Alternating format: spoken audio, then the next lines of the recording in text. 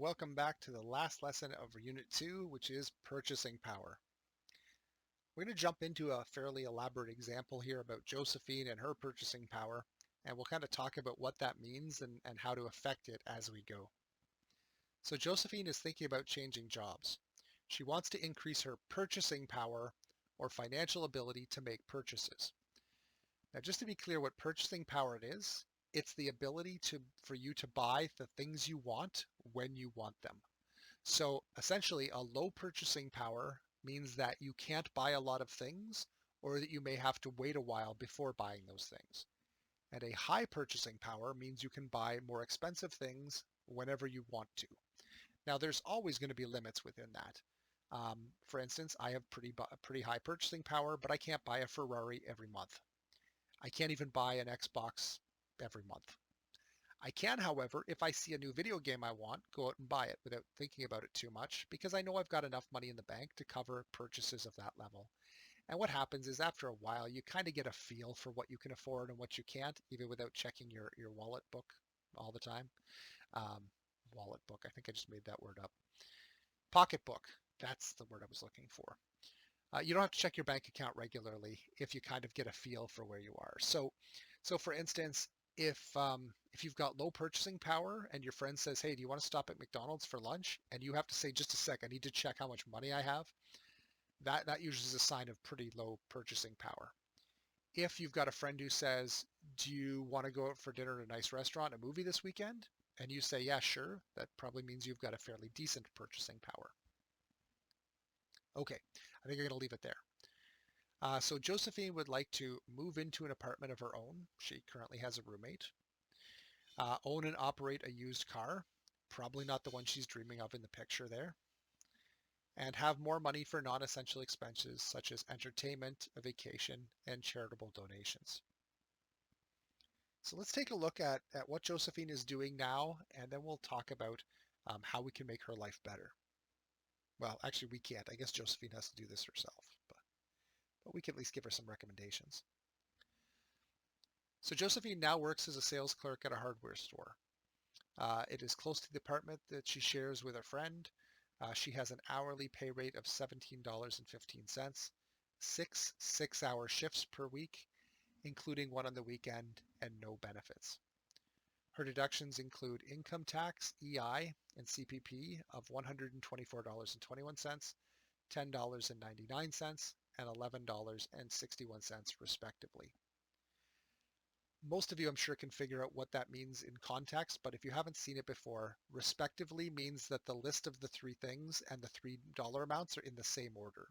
So the first dollar amount is income tax, the second one's EI, and the third one's CPP. Just in case you're wondering.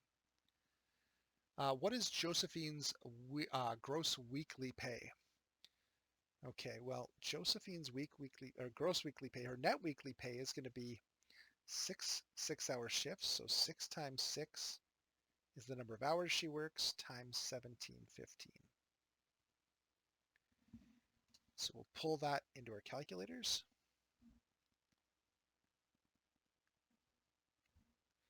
And I'm getting out $617.40. And that's gross. So that's before deductions. And then I can take the 617.40, subtract off 124.21, 10.99, and 11.61.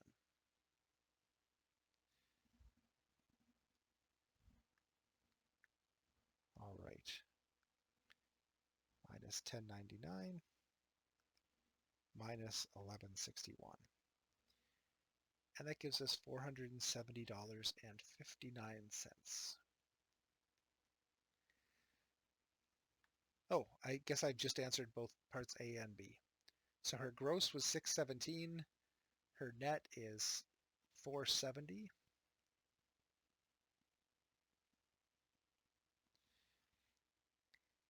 And her net monthly pay, again, I'm going to do 470.59 times 52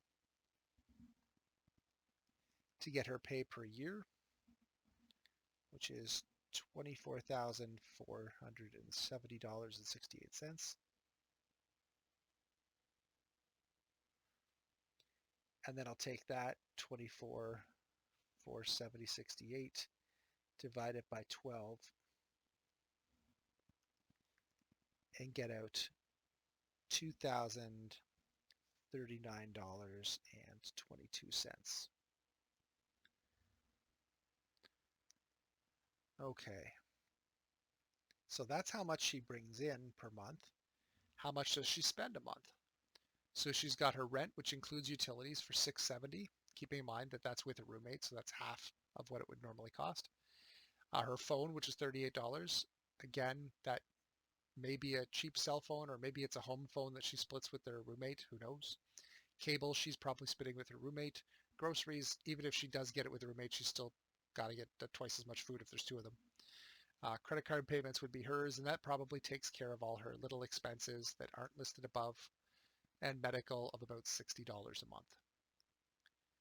So the total of Josephine's monthly living expenses, let's just add these up here. I'm not going to bother writing out all of those individually. We'll just take 670 plus 38 plus 57 plus 250 plus 350 plus 60. And that's 1425. So how much does she have left at the end of a month? Well, that's going to be our 2039. I'm going to just round off to the whole dollar because that's close enough. Minus 1425. And that means that each month she has an extra $614. That's not too bad. How much does this work out to per day? Now this one, again, it depends on whether you're talking about a 30-day month or a 31-day month or a February. Just for an approximation, we'll just divide it by 30. And we're even going to round that off, so it doesn't matter. So she's got about $20.50. You know what, we're just going to say about $20 a day. The extra 50 cents, we won't worry about. Okay, so she's got about $20 a day to spend on other things that she wants, whether that's entertainment, or if she wants to save up for a few days, buy a new jacket, something like that. All right. Josephine could rent an apartment for herself for $1,200 a month, including utilities. Which of her monthly expenses are likely to double if she lives alone? Well, obviously, her rent is going up a fair bit, but let's look at the others. Now, again, let's assume that this is a cell phone, which means that it's not going to double. But I would say her cable is going to double. The rest of them will probably stay the same.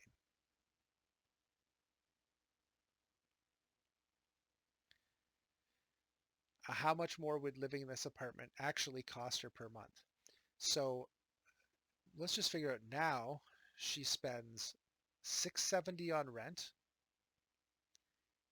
and $57 on cable. Sorry, what was that number? 57. So 670 plus 57 is $727 for those two things. And if she upgrades, she'll be doing $1,200, and then she's going to be paying twice as much for cable, so double 57 is $114. So that'll be $1,314. And if I look at the difference between those,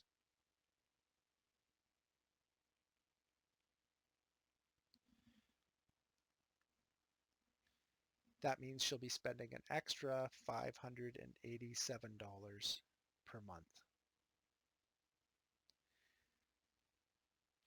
Okay, so that said, she had an extra $614 a month. Getting her own apartment uses up $587 of that. That only leaves her with like $30 a month. Not even. That leaves her with $1 a day or less than $1 a day to live on, other than those expenses listed above. So if you think about it, $1 a day means if you want to buy your friend a $20 gift, you have to save up for almost a month of your extra money. And if your, I don't know, fridge breaks down and costs $200 to repair, it's going to take you 200 days or about 7 months to be able to save up the money to pay for that. So that's really kind of squeaking by. That's dangerous. Okay, so let's see some other things that Josephine could do, because one of her other goals was to buy a car. So she could get a car for $330 in payments, $190 insurance, and then her fuel and maintenance about $200 a month. And that's probably wishful thinking at this point. How much would owning and operating a car cost her each month? Well, again, I'm not going to write all those out, but if I add them up, 330 plus 190 plus 200 is $720, which you may recognize as being more than what she makes, or more than what she has left over at the end of the month after paying off her other bills. So, yeah, it doesn't look like she could pay for it. But could it save her money on any of her other expenses? So, looking back up at her other expenses, um, still going to have to pay rent and utilities, still going to have to pay phone bill, still going to have to pay cable, groceries, credit card payments, medical. Now, the one thing that's not on that list is that there's absolutely nothing um, saying how she gets around. So, for instance, we are told that she lives just down the street from where she works, if I recall correctly.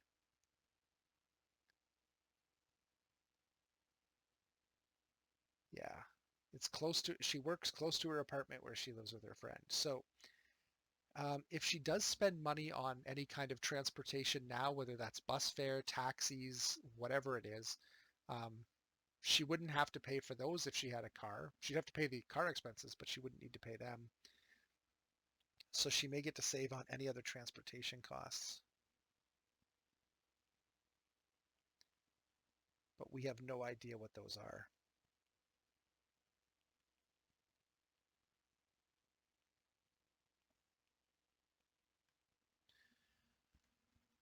Okay. How much more does Josephine's net pay need to be for her to afford the apartment on her own as well as a car? Wow. Okay, so she's going to need an extra $587 plus 720.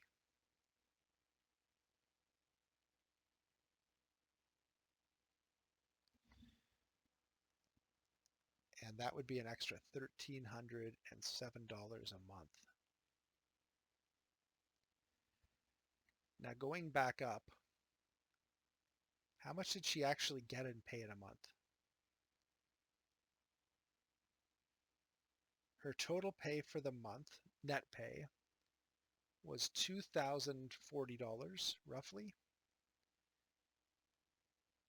We want to go from 2,040 up to another 1,300. That's a pretty significant increase. I won't show you the calculation, but that means she's got to increase her amount by about 65%.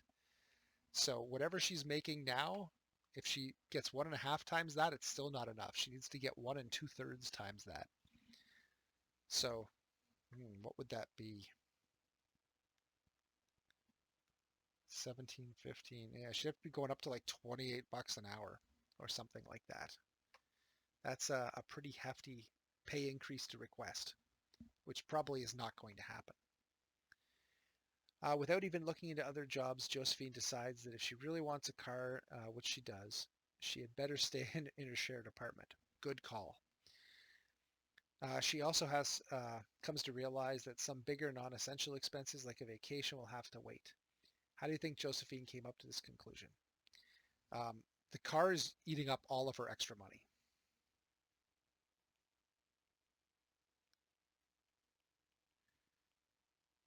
That's just pretty much everything. And I won't go into too much elaboration here, but essentially if she buys a car, that's all of her free money. There's just nothing left for anything else. And that assumes that she stays in the apartment. So, that's questionable. Question 7. To own and operate a car, Josephine decides that her net monthly pay needs to be at least $600 higher. Okay, so that uses up all of her current money and then a little bit. So she probably said, how much how much do I have left over now each month? And that number was $614. So she probably said, I still want a similar amount left at the end of each month for incidental expenses. So if I use all the current excess money to pay for a car, I still need about another $600. And you know what? I'm not going to write all that down. We verbally just talked about what it was. I think that's a good enough answer. And realistically, how exactly she came to her calculation, maybe she realized that, okay, I do save a little bit on bus or taxi. Um, I may be able to save some other expenses. Who knows? But she came up with a reasonable amount so that she's not living poor. And that's something that too many people do is they're like, I can afford this, so I do. But then once you buy it, you have no money left. You may have heard the term house poor before. And it's when somebody buys a house that they can afford the mortgage payments, but it eats up almost all of their pay. And that means they've got nothing left over for things like food and clothing and all that other stuff. So they can pay for their nice big house, but there's nothing in it, including food, because all of the money's going towards the mortgage.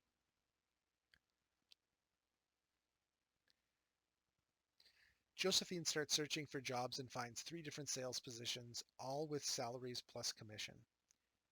The typical sales are based on average sales of other staff.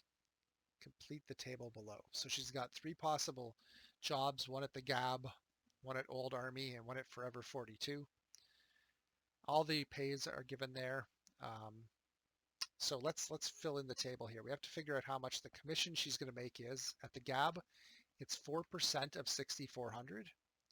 So that's 0.04 times 6,400. And I'm not going to show my work on this one only because it's a single step calculation. It's 4% times 6,400. There's only one step. If it's wrong, it's wrong. The next one is 5%, 0.05 times 8,100.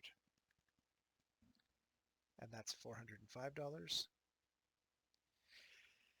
And the last one is 6,800 times 2%, or 6,800 times 0.02. It's $136. So now this is the commission in addition to the actual salary per month. So we have to add those two together. And at the Gab, she'd be making an approximate $1,756. At Old Army, she'd be making 1,100 plus 405 is 1,505. And at Forever 42, she'd be making 900 plus 136, so 2,036. Okay, so of those, looks like Forever 42 is probably her best option if she wants to make more money. Question 9. None of these sales positions has a health plan, something that Josephine wants. Why would a health plan appeal to her? The answer is the same reason it appeals to everybody else. Health plan equals lower health costs plus emergency. So I'll elaborate on that verbally. Right now, she's spending, I believe it was $60 a month on healthcare things. Well, she had a health plan, even though it doesn't pay her more, the health plan would cover that $60 so it would no longer be coming out of her expenses. So it doesn't add to her pay, but it does subtract from her expenses, meaning she has a greater purchasing power. The other nice part is, even if you know that you get a pair of glasses every so often and you've got some prescription costs and whatever dental plan or dental work like a checkup or filling the occasional cavity, you don't know what else could happen. So even though you might say, well, I've been spending $250 a year on health costs, that's been so far. But what happens if next year you get really sick and it bumps up to 20,000 for the year? Probably won't happen. Hopefully won't happen. But if your expenses do shoot up for a health plan, then at least you're covered. And the last thing that you want to do is to say, can I afford to not be sick? So as soon as you say, well, I have this disease, but I'm not sure I can afford to pay to have it fixed, that's not a situation you want to find yourself in. So the emergency part of that alone is probably worth it. Which, if any of these sales jobs would help Josephine increase her purchasing power? Again, just going back to how much she made per month before. She was making $2,039 net pay. $2,039 net pay. The best sales job she's seeing is $2,036, and this would be gross pay. So, no, not really.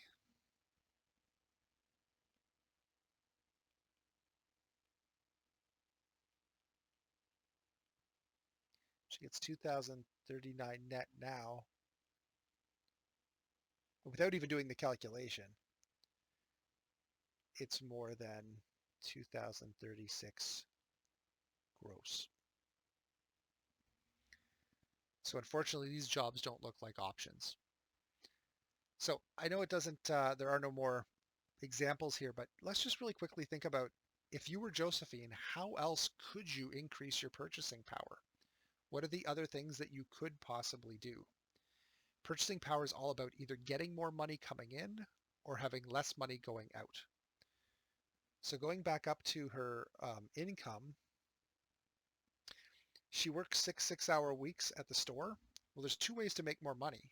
One is she can make more per hour, which we just saw doesn't really work out with the other jobs that she was looking at.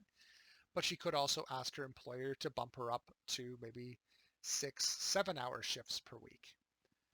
Or she might work 5 8-hour shifts, but she could ask to work more.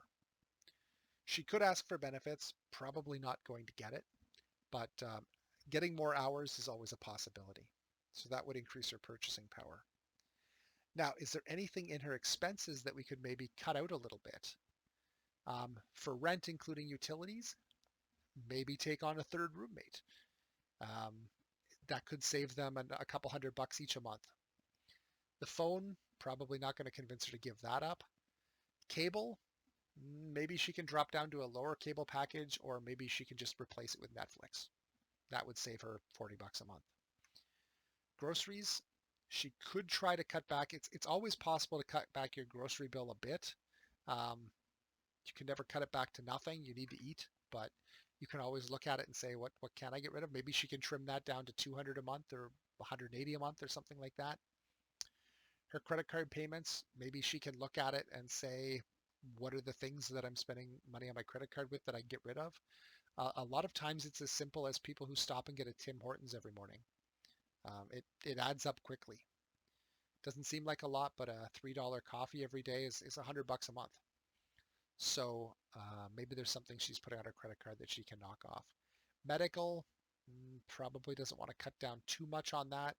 Maybe she could look for cheaper things like one of the online places that sells glasses. Maybe she can get cheaper glasses. Maybe she can shop around and see what other dentists are charging, although most of them are pretty standard, so probably not. But purchasing power is all about figuring out ways to either bring in more or give out less. All right, I'm going to stop there then. There's some practice problems here that give some other scenarios that you'll have to make a few calculations for. Some of them are about calculations about making money. Some of them are calculations about deductions or spending money. But they all have fairly real life scenarios. So give those a shot, and if I can help you in any way, let me know, and I will.